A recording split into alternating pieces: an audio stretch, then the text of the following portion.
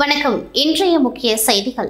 Pondicherry round table 70 விருட்சம் திட்டத்தின் கீழ் 70 மாணவர்களுக்கு கல்வி உதவித்தொகை வழங்கும் நிகழ்ச்சி முதலியார்பேட்டை சுகன்யா கன்வென்ஷன் சென்டரில் நடைபெற்றது. பாண்டிச்சேரி ரவுண்ட் டேபிள் 70 சார்பில் பல்வேறு சமூக பணிகள் மற்றும் சேவைகள் செய்து வருகின்றது. அதன் ஒரு பகுதியாக பெற்றோர்கள் இழந்த பிள்ளைகள், தந்தை அல்லது தாய் யாராவது ஒருவரை இழந்த பிள்ளைகள், மிகவும் வறுமை கோட்டிற்கு கீழ் வாழும் பிள்ளைகள் என 70 மாணவர்களை தேர்வு செய்து அவர்களுக்கு வருடாந்திர தேவையான கல்வி உபகரணங்கள் உள்ளிட்ட அனைத்து செலவுகளையும் பாண்டிச்சேரி ரவுண்ட் டேபிள் 70 விருட்சம் திட்டத்தின் மூலம் செலுத்தப்படும். இதற்கான முதல் தவணை தொகையாக ரூபாய் 10,000 வழங்கும் நிகழ்ச்சி முதலியார்பேட்டை சுகன்யா கன்வென்ஷன் சென்டரில் நேற்று நடைபெற்றது. விழாவிற்கு பாண்டிச்சேரி ரவுண்ட் டேபிள் 70 தலைவர் சரவணன் தலைமை தாங்கினார். செயலாளர் அசோக், பொருளாளர் சதீஷ்குமார் ஆகியோர் முன்னிலை வகித்தனர். இதில் சிறப்பு அழைப்பாளராக முதலமைச்சர் ரங்கசாமி கலந்து கொண்டு 70 மாணவர்களுக்கு முதல் தவணை தொகையாக ரூபாய் 10,000 காசோலை வழங்கினார். விழாவில் அமைச்சர் Lakshmi Narayanan, Sampath MLA, Shenbaga car showroom நிறுவனர் Asokan, Pondicherry round table 70 area chairman Sujay Sudarshan, Raman traders நிறுவனர் விமல் சேட்டன் ஆகியோர் கலந்து கொண்டு வாழ்த்துரை வழங்கினர். விழாவில் பாண்டிச்சேரி ரவுண்ட் டேபிள் 70 உறுப்பினர்கள், மாணவர்கள் உள்ளிட்டோர் பலர் கலந்து கொண்டார்கள்.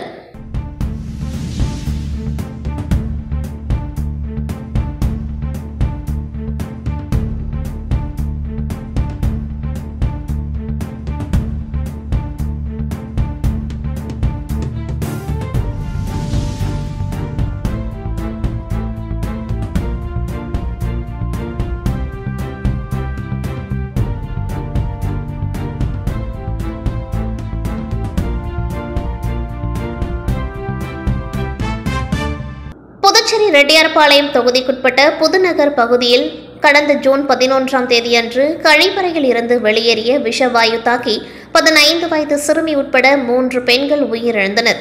இந்நிலையில் விஷவாயு தாக்கிய புதுநகர் அருகே உள்ள கம்பன் நகர் மற்றும் ஸ்டெல்லப்பாப்பு நகர் ஆகிய பகுதிகளில் இரவு வீடுகளில் கடுமையான துர்நாற்றம் வீசியதால் பொதுமக்கள் அச்சமடைந்து வீதியில் வீட்டை விட்டு வெளியே வந்தனர்.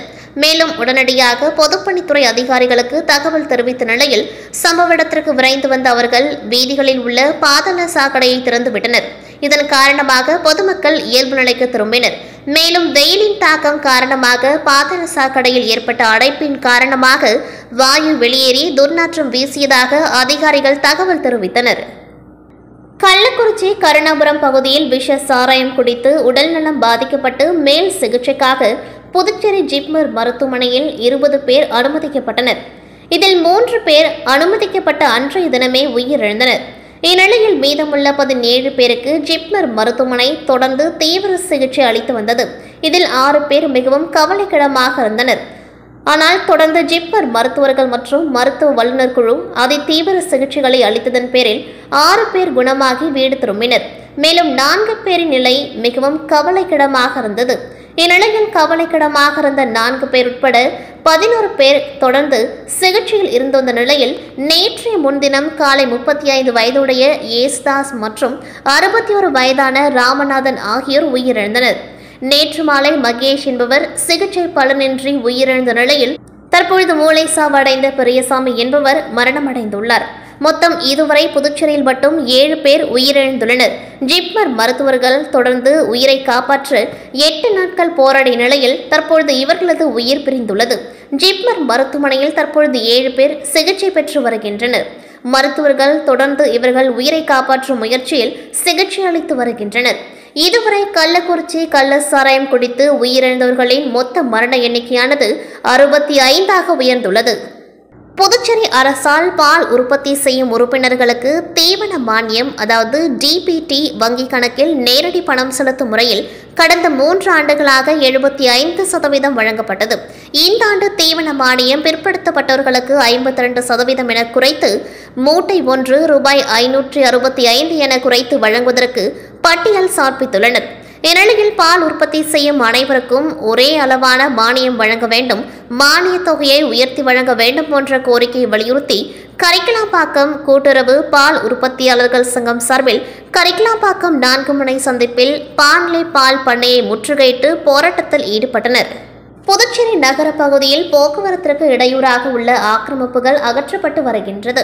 அதன்படி புதுச்சேரி பழைய துறைமுகத்திலிருந்து சோனாபாளையம் 4 முனை சந்திப்பு வரை சுப்பையா சாலையின் இரு புறங்களிலும் உள்ள கடைகளால் போக்குவரத்து பாதிக்கப்பட்டு விபத்து ஏற்படுவதாக புகார் வந்தது.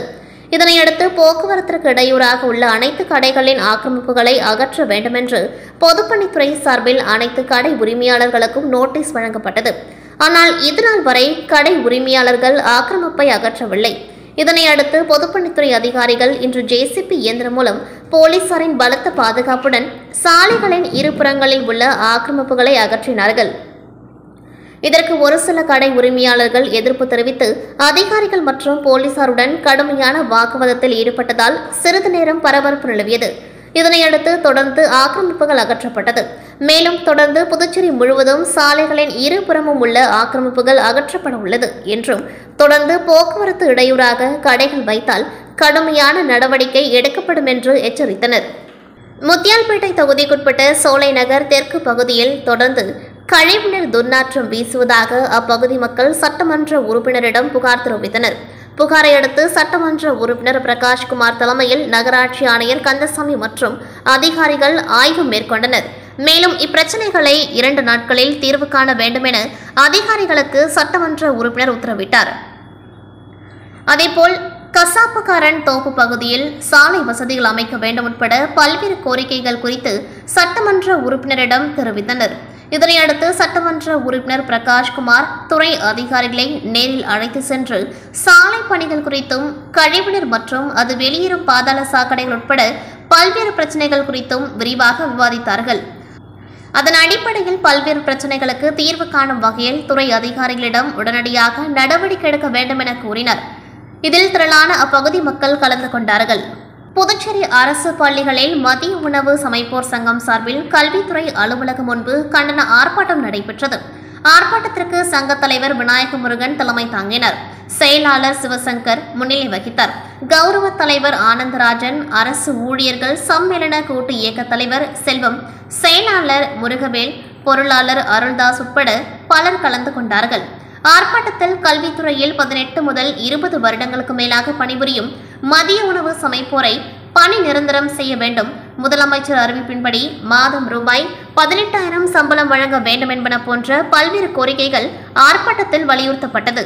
புதுச்சேரி ஹஜ்ரத் சையத் அகமது மௌலா சாஹிப் தர்காவில் கந்தூரி விழாவை முன்னிட்டு கொடியேற்ற நிகழ்வு கடந்த 18ஆம் தேதி சிறப்பு தொழுகையுடன் நடைபெற்றது. இதனைத் தொடர்ந்து மௌலானா சாஹிப் தர்காவில் பல்வேறு சிறப்பு நிகழ்வுகளும் தொழுகைகளும் நடைபெற்று வந்த நிலையில் கந்தூரி விழாவின் முக்கிய நிகழ்வான சந்தனக்கூடு ஊர்வலம் நடைபெற்றது. சீரணி நிகழ்வுடன் ஹஜ்ரத் ரவுலா ஷரீஃபில் சந்தன பூசப்பட்டு சந்தனக்கூடானது மௌலானா சாஹிப் தர்காவிலிருந்து புறப்பட்டு முக்கிய வீதிகள் வழியாக தொழுகைகளுடன் ஊர்வலமாக சென்றது. பின்னர் மீண்டும் தர்காவை அடைந்தவுடன் சிறப்பு தொழுகை நடத்தப்பட்டு சந்தனம் சுத்தம் செய்யப்பட்டது. இதில் ஏராளமான இஸ்லாமியர்கள், பெண்கள், ஆண்கள் என கலந்து கொண்டு சிறப்பு தொழுகையில் ஈடுபட்டனர். நிகழ்ச்சிக்கான ஏற்பாடுகளை புதுச்சேரி மௌலானா சாஹிப் தர்கா நிர்வாகிகள் செய்திருந்தனர்.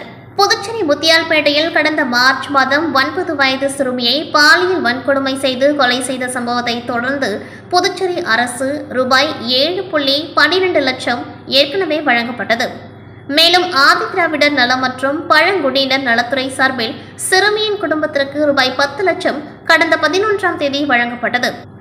இதனைத் தொடர்ந்து முதலமைச்சர் ரங்கசாமி அறிவித்தது போன்று முதலமைச்சர் நிவாரண நிதியிலிருந்து ரூபாய் 20 லட்சத்திற்கான காசோலையை முதலமைச்சர் ரங்கசாமி சிறுமியின் குடும்பத்தினரிடம் வழங்கினார். இடைவெளிக்கு பிறகு செய்திகள் மீண்டும் தொடரும். புதுவையில் தொடர்ந்து 12 முறை சிறந்த கோச்சிங் சென்டருக்கான விருதை பெற்ற ஒரே கோச்சிங் சென்டர் நமது ஸ்ரீ விவேகானந்தர் கோச்சிங் சென்டர். அன்பு மாணவ மாணவிகளை ஒரு நிமிடம் கவனியுங்கள். நமது Sri Vivekanandar tutorial and coaching centre school for privates, fully air conditioned with smart classrooms. 8வது தேறியவர்கள் அல்லது 9வது தவறியவர்கள் நேரடியாக SSLC-யில் சேரலாம். வகுப்புகள் முழு நாள் நடைபெறும். பள்ளிக்கே செல்லாமல் எங்களது முதலியார்பேட்டை ஸ்ரீ விவேகானந்தர் டியூட்டோரியலில் பிரைவேட்டாக 10வது 10ஆம் வகுப்பு படித்த ஜே ஷாரன் கிரேஸ் என்ற மாணவி 486 மதிப்பெண் பெற்று புதுவை மற்றும் தமிழகத்தில் மாநிலத்திலேயே முதலிடத்தை பிடித்து சாதனை படைத்துள்ளார். State first. Special coaching for assistant and SI. 12ஆம் வகுப்பு 11ஆம் வகுப்பு மற்றும் 10ஆம் வகுப்பு தோல்வியா? இனி CBSE and State Board 10th and +2 admission நடைபெறுகிறது. Popular Center for Success since 1989. Contact VCC Nagarajan, Vivekanandar Coaching Center and Tutorial, Vellalar Street, Mudaliyarpet, Pondicherry 4. Phone 0413-2357-202. Puducherry பள்ளி கல்வித்துறை இயக்குனர் பிரியதர்ஷினி வெளியிட்டுள்ள அறிவிப்பில், புதுச்சேரியில் பள்ளி கல்வி இயக்குநரகத்தின் உரிய அங்கீகாரம் இல்லாமல் பல தனியார் பள்ளிகள் இயங்கி வருவதாக ஆய்வில் தெரியவந்துள்ளதாகவும், இந்த ஆய்வில் 33 தனியார் பள்ளிகளுக்கு உரிய அங்கீகாரம் இல்லாததால் அவற்றை மூட பள்ளி கல்வித்துறை உத்தரவிட்டதாகவும் தெரிவித்துள்ளார். அத்தகைய அங்கீகாரம் இல்லாத பள்ளிகளில் பெற்றோர்கள் தங்கள் குழந்தைகளை சேர்க்கும் பட்சத்தில் எதிர்காலத்தில் ஏதேனும் குறைகள் அல்லது முரண்பாடுகள் ஏற்பட்டால் பள்ளி நிர்வாகமோ அல்லது பெற்றோர்களோ முழு பொறுப்பையும் ஏற்க வேண்டும் எனவும் தெரிவித்துள்ளார். எனவே பெற்றோர்கள் தங்கள் குழந்தைகளை பள்ளியில் சேர்க்கும் பொழுது புதுச்சேரி பள்ளி கல்வி இயக்குநரகத்தின் முறையான அங்கீகாரம் உள்ளதா என்பதை உறுதி செய்யவும் அவர் அறிவுறுத்தியுள்ளார். மேலும் அங்கீகாரம் இல்லாமல் பள்ளியை நடத்துவது புதுச்சேரி பள்ளி கல்வி சட்டம் 1987 மற்றும் பாண்டிச்சேரி பள்ளி கல்வி விதிகள் 1996 ஆகியவற்றின்படி விதிகள் மற்றும் விதிமுறைகளை மீறுவதாக தெரிவித்துள்ள பள்ளி கல்வித்துறை இயக்குனர் பிரியதர்ஷினி, அங்கீகாரம் சான்றிதழ் இல்லாமல் பள்ளியை தொடர்ந்து நடத்துபவர் அங்கீகாரத்தை திரும்ப பெற்ற பிறகு 1 லட்சம் ரூபாய் வரை நீட்டிக்கப்படக்கூடிய அபராதம் விதிக்கப்படும்.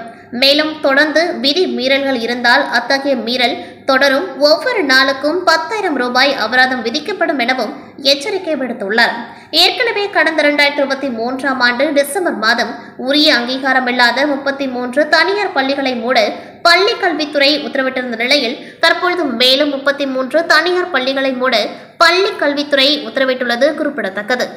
புதுச்சேரி தாகூர் கலை கல்லூரி முதல்வராக சசிகாந்த் தாஸ் பொறுப்பேற்றவுடன் கல்லூரிக்கு பல்வேறு வளர்ச்சிப் பணிகளை செய்து வருகின்றார்.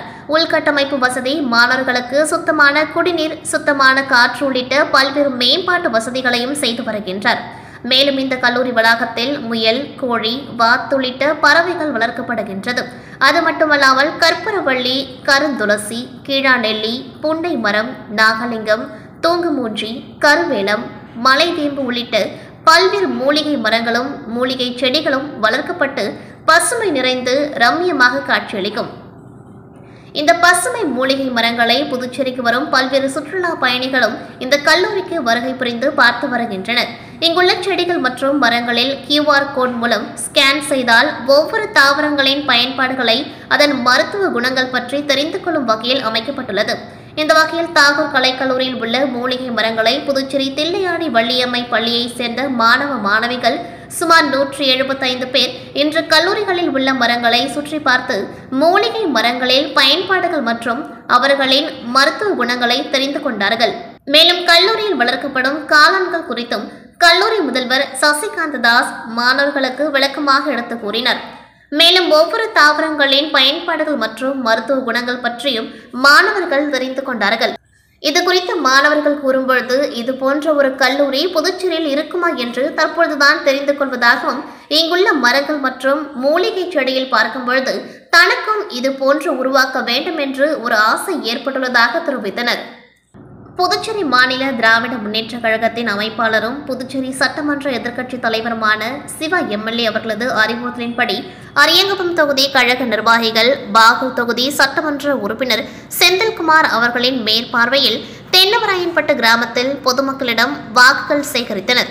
இந்த இனிய நிகழ்வில் அரியங்குப்பம் தொகுதி திமுக முக்கிய நிர்வாகிகள் வேலன், கலை இலக்கிய பகுத்தறிவு பேரவை அமைப்பாளர் சங்கர் என்கின்ற சிவசங்கரன், பொறியாளர் அணி அமைப்பாளர் அருண்குமார், சிறுபான்மை நல உரிமை பிரிவு துணை அமைப்பாளர் நாகு மீரான், இலக்கிய அணி துணை அமைப்பாளர் ஜபருல்லா, மீனவர் அணி துணை அமைப்பாளர் மதிவாணன், விளையாட்டு மேம்பாட்டணி துணை அமைப்பாளர் ஜெயபால், தகவல் தொழில்நுட்ப அணி துணை ஒருங்கிணைப்பாளர் பாலபாரதி, தொகுதி துணை செயலாளர் சிலம்பு செல்வன், கிளைக்கழக செயலாளர் அஜேஷ் பாஷா, கிளைக்கழக செயலாளர் சத்தியமூர்த்தி, கிளைக்கழக செயலாளர் பாபு, தில்லை கோவிந்தன், கழகத்தின் மூத்த முன்னோடிகள் சேகர், குணாலன், சபரி, டீலக்ஸ் அருள் மற்றும் புதுச்சேரி திமுக மாநில கழக நிர்வாகிகள் மற்றும் கழக முன்கள செயல் வீரர்கள் பங்கேற்றனர்.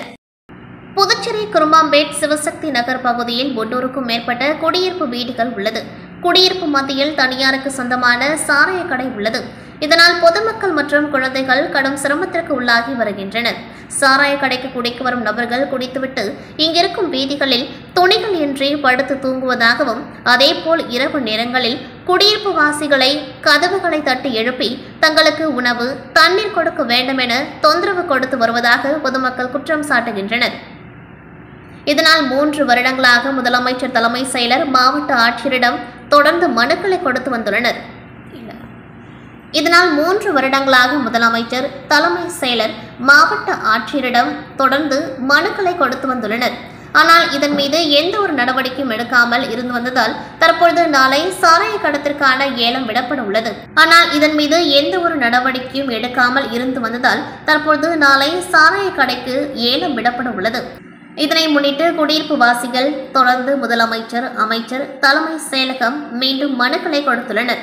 இதனிடையே சாராய கடையை அப்புறப்படுத்த வேண்டும். நாளை நடைபெறும் ஏலத்தில் இந்த பகுதியில் இருக்கும் சாராய கடையை ஏலத்திற்கு எடுத்துக்கொள்ளக்கூடாது. உடனடியாக இங்குள்ள சாராய கடையை அப்புறப்படுத்த வேண்டும் என வலியுறுத்தி 300க்கும் மேற்பட்ட வீடுகளில் அங்கு வசிக்கும் மக்கள் கருப்பு கொடிகளை கட்டி தங்கள் எதிர்ப்பை தெரிவித்து வருகின்றனர். அப்படி தங்கள் கோரிக்கை ஏற்று நடவடிக்கை எடுக்கவில்லை என்றால் நாளை மிகப்பெரிய சாலை மறியல் போராட்டம் நடத்தப்படும் என தெரிவித்தனர். அரசு பள்ளிகள் என்றால் சுத்தமான காற்றோட்ட வசதி, கழிவறைகள், இட வசதிகள் இருக்காது என பல்வேறு குறைபாடுகள் இருந்து வந்த நிலையில் தற்பொழுது இந்த நிலை மாறி தனியார் பள்ளிகளை மிஞ்சிடும் அளவிற்கு அரசு பள்ளிகளில் உள்கட்டமைப்பு வசதிகளை மேம்படுத்தி வருகின்றனர். இதுபோன்ற வசதிகளை மேம்படுத்துவதில் ஆசிரியர்களும் அங்கு படிக்கும் மாணவ மாணவிகளும் இணைந்து கைகோர்த்து பல்வேறு பணிகளை மேற்கொண்டு வருவதால் இன்று தனியார் பள்ளிகளுக்கு இணையாக அரசு பள்ளிகளும் இருந்து வருகின்றது. அந்த வகையில் புதுச்சேரி பாக்கமுடியன்பட்டில் அரசு தொடக்கப்பள்ளி உள்ளது. இந்த பள்ளியில் சுமார் 200க்கும் மேற்பட்ட மாணவ மாணவிகள் பயின்று வருகின்றனர். பாலைவனமாக இருந்த இந்த பள்ளி தற்பொழுது பசுமையான பள்ளியாக மாற்றப்பட்டுள்ளது. ஆசிரியர்கள் மற்றும் மாணவர்களின் கடின உழைப்பால் இந்த அரசு பள்ளி இன்று மூலிகை தோட்டமாக மாறியுள்ளது. இந்த பள்ளியில் ஆடாத்தொடை, செம்பருத்தி, கற்பூரவள்ளி, தைலம், தூதுவளை, பிரண்டை, நொச்சி, நுணா, கருந்துளசி, மலைவேம்பு, கீழாநெல்லி உள்ளிட்ட பல்வேறு மூலிகை செடிகள் இந்த பள்ளியில் வளர்க்கப்பட்டு வருகின்றது. ஒவ்வொரு மாணவர்களும் மூலிகை செடிகளை வெளியிலிருந்து வாங்கி வந்து தினம்தோறும் அதற்கு நீர் ஊற்றி தனியாக பராமரித்து வருகின்றனர். பாலைவனமாக இருந்த இந்த பள்ளி தற்பொழுது மூலிகை தோட்டமாக மாறியுள்ளது. சுமார் 50க்கும் மேற்பட்ட மூலிகை செடிகள் இந்த பள்ளியின் வளாகத்தில் இடம்பெற்றுள்ளது. இதுகுறித்து பள்ளியின் ஆசிரியர்கள் கூறும்பொழுது, வறண்ட பாலைவனமாக கிடந்த இந்த பள்ளி தற்பொழுது ஆசிரியர்கள் மற்றும் மாணவர்களின் பெரும் முயற்சியால் மூலிகை தோட்டமாக மாறியுள்ளது. இந்த பள்ளியில் சுமார் 50க்கும் மேற்பட்ட மூலிகை செடிகள் உள்ளது. நாள் ஒன்றுக்கு ஒரு மூலிகை செடிகளை பற்றி மாணவர்கள் தெரிந்து கொள்ளும் வகையில் அவர்களுக்கு கற்றுக் கொடுக்கப்படுகின்றது. இந்த செடிகளை மாணவர்கள் தனது சொந்த செலவில் வாங்கி வந்து பராமரிக்கின்றனர் என்று குறிப்பிட்டார். மேலும் இயற்கையோடு ஒன்றிணைந்து இருக்க வேண்டும் என்பதற்காக மூலிகை செடிகளில் பள்ளியில் கலந்து வருவதாக குறிப்பிட்ட ஆசிரியர்கள் அலோபதி மருத்துவம் மேற்கொள்வதில் உடலுக்கு பல்வேறு உபாதைகள் வருகின்றது. இதனை தவிர்த்து இயற்கை வழி முறைகளை கையாள வேண்டும் என்பது குறித்தும் விழிப்புணர்வு ஏற்படுத்தி வருவதாக தெரிவித்தனர். ஒவ்வொரு செடிகளின் மருத்துவத்தை பற்றியும் அதனால் ஏற்படக்கூடிய நன்மைகளை பற்றியும் மூலிகை மருத்துவர் போன்று அழகாக நம்மிடம் விளக்கினார்கள். எனவே பல்வேறு அரசு பள்ளிகள் மத்தியில் பாக்கமுடியன்பட்டு அரசு தொடக்கப்பள்ளி மூலிகை செடி வளர்ப்பதில் ஒரு முன்மாதிரியாக திகழ்கின்றது. இதனை கண்டு அனைத்து பள்ளிகளிலும் மூலிகை செடிகள் வளர்க்கப்பட்டு வருகிறது என்பது குறிப்பிடத்தக்கது. மூலிகை செடிகளின் பயன்பாடு மற்றும் மகத்துவம் குறித்து அறிந்து கொள்ள நாமும் இந்த பள்ளிக்கு செல்லும் பொழுது மூலிகை செடிகளை பற்றி தெரிந்து கொண்டால் நமக்கும் பயனுள்ளதாக இருக்கும். நாமும் வீட்டில் மூலிகை செடிகளை வளர்த்து பயன்பெறலாம்.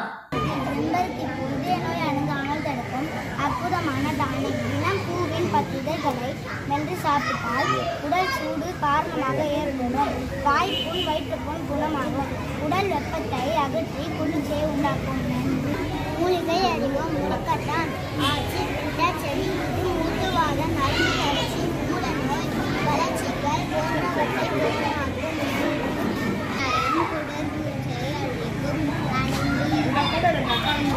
பள்ளியில் 5ஆம் வகுப்பு படிக்கிறேன். கற்பூரவள்ளி தொண்டியிலிருக்கும் புண்களை மற்றும் சளியை குறைக்கும். பிறந்த குழந்தைகள் முதல் முதியோர்கள் வரை இந்த கற்பூரவள்ளியை உண்டலாம். நன்றி. புதுச்சேரி அடுத்த முத்திரையர்பாளையம் இளங்கோ அடிகள் அரசு பள்ளியில் புத்தக பை இல்லா தினத்தை முன்னிட்டு கால்பந்து, கிரிக்கெட், தடகள விளையாட்டு, ஈட்டி எறிதல், பளு தூக்குதல், கேரம் போன்ற விளையாட்டுகளில் மகத்தான வெற்றி பெற இயற்பியலின் பங்கு எவ்வளவு முக்கியத்துவம் வாய்ந்தது என்பதை வட்டார, மாவட்ட, மாநில மற்றும் தேசிய அளவில் விளையாட்டில் சாதித்த மாணவர்கள் பள்ளியில் பயிலும் பிற மாணவர்களுக்கு வகுப்பறையிலும் விளையாட்டு மைதானத்திலும் இன்று செயல்விளக்கம் அளித்தனர். சுழற்பந்தும் வெற்றியும் எனும் தலைப்பில் கால்பந்து மற்றும் கிரிக்கெட்டில் சிறப்பாக விளையாடுவதற்கான உத்திகளை, இயற்பியல் விதிகளான நியூட்டனின் 3 இயக்க விதிகள், மாணவர்கள் கிஷோர், வாகிசன் ஆகியோர் பள்ளி மைதானத்தில் கால்பந்து விளையாட்டில் மேக்னஸ் விளைவினை செய்து காட்டினார்கள். செயல் விளக்கத்தின் பொழுது பிற மாணவர்கள் கால்பந்து காற்றில் வளைந்து செல்வதை பார்த்து பிரமித்து ரசித்தனர். இதேபோல் கிரிக்கெட்டில் சுழற்பந்து வீசும் பல்வேறு வகைகளை விளக்கி அதை பள்ளி மைதானத்தில் மாணவர்கள் மாதவன், பரமேஸ்வரன் ஆகியோர் செய்து காட்டினார்கள். மாணவி அபர்ணா பளு தூக்குதலில் நியூட்டனின் விதிகளை கொண்டு பளு தூக்கும் திறனை மேம்படுத்துவது குறித்து செயல் விளக்கம் அளித்தார். மாணவர் ராஜாராம் இயக்க ஆற்றல், உந்தம், உந்தமாரா கோட்பாடு மற்றும் எரிபொருட்களின் இயக்க விதிகளின் அடிப்படையில் ஒலிம்பிக்கில் தங்கப்பதக்கம் வென்ற நீரஜ் சோப்ரா ஈட்டி எறிந்ததன் தூரத்தை அறிந்து அதன் வேகத்தை கணக்கிட்டு விளக்கினார். எரிதலின் வேகத்தை கணக்கிட்டு எரிபொருள் இயக்க தத்துவங்களின் அடிப்படையில் ஈட்டியை எவ்வாறு வெகு தூரத்திற்கு எறிய முடியும் என்பதை விளக்கினார். மாணவர்கள் ஈட்டி எறிதலை அற்புதமாக பள்ளி மைதானத்தில் செய்து காட்டினார்கள். இதுகுறித்து பள்ளியின் ஆசிரியர்கள் கூறுகையில், படிப்பில் சற்று குறைவாக ஆர்வம் காட்டும் மாணவர்கள் விளையாட்டில் அதிக ஆர்வமும், விளையாட்டில் அதிக ஈடுபாடில்லாத மாணவர்கள் படிப்பில் அதிக ஆர்வம் காட்டுகின்றனர். இதனால் தேவையற்ற விஷயங்களில் மாணவர்கள் கவனம் சிதறாமல் படிப்பில் ஆர்வம் கூடி வருகின்றது. அதே சமயம் மாநில அளவில் மற்றும் தேசிய அளவில் நடத்தப்படும் விளையாட்டு போட்டிகளில் எங்கள் பள்ளி மாணவர்கள் வெற்றிகளை குவிப்பார்கள் என்றனர். மாணவி சத்யபிரியா ஓட்டப்பந்தய விளையாட்டில் மாணவர்களின் தரவு மற்றும் வரையப்பட்ட இயக்க வரைபடத்தை கொண்டு எவ்வாறு மாணவர்களின் ஓட்டத்திறனை மேம்படுத்திக் கொள்வது என்பதை விளக்கினார். திருபுவனை NH ரோட்டிற்கு அருகில் உள்ள குளக்கரையில் வீடுகளில் எடுக்கப்படும் கழிவு நீரை செப்டிக் டேங்க் லாரி மூலம் வெளியேற்றி வருவதாக திருபுவனை சட்டமன்ற உறுப்பினர் அங்காளன் அவர்களிடம் புகார் வந்தது. அதனைத் தொடர்ந்து திருபுவனை தொகுதி MLA அங்காளன் அவர்கள் மண்ணாடிப்பட்டு கொம்யூன் பஞ்சாயத்து ஆணையரிடம் நடவடிக்கை எடுக்கும்படி கேட்டுக்கொண்டார். அதனைத் தொடர்ந்து மண்ணாடிப்பட்டு கொம்யூன் பஞ்சாயத்து ஆணையர் எழில்ராஜன், இளநிலை பொறியாளர் பாஸ்கரன் மற்றும் ஓவர்சீஸ் சச்சிதானந்தம் தலைமையில் சென்று ஆய்வு செய்த வகையில் அந்த செப்டிக் டேங்க் வாகனம் அங்கே கழிவுகளை அப்புறப்படுத்தியது தெரிய வந்தது. எனவே ஆணையர் உத்தரவின் பேரில் கழிவுநீரை வெளியேற்றிய நபர் மற்றும் கழிவுநீர் கொண்டுவரப்பட்ட வாகன உரிமையாளர் மீதும் கொம்யூன் பஞ்சாயத்து சட்டப்படி நடவடிக்கை எடுக்கும்படி திருபுவனை காவல் நிலையத்திற்கு புகார் அளிக்கப்பட்டு அதன் மேல் நடவடிக்கை எடுக்கப்பட்டு வருகின்றது. இத்துடன் செய்திகள் நிறைவடைகின்றது. நன்றி, வணக்கம்.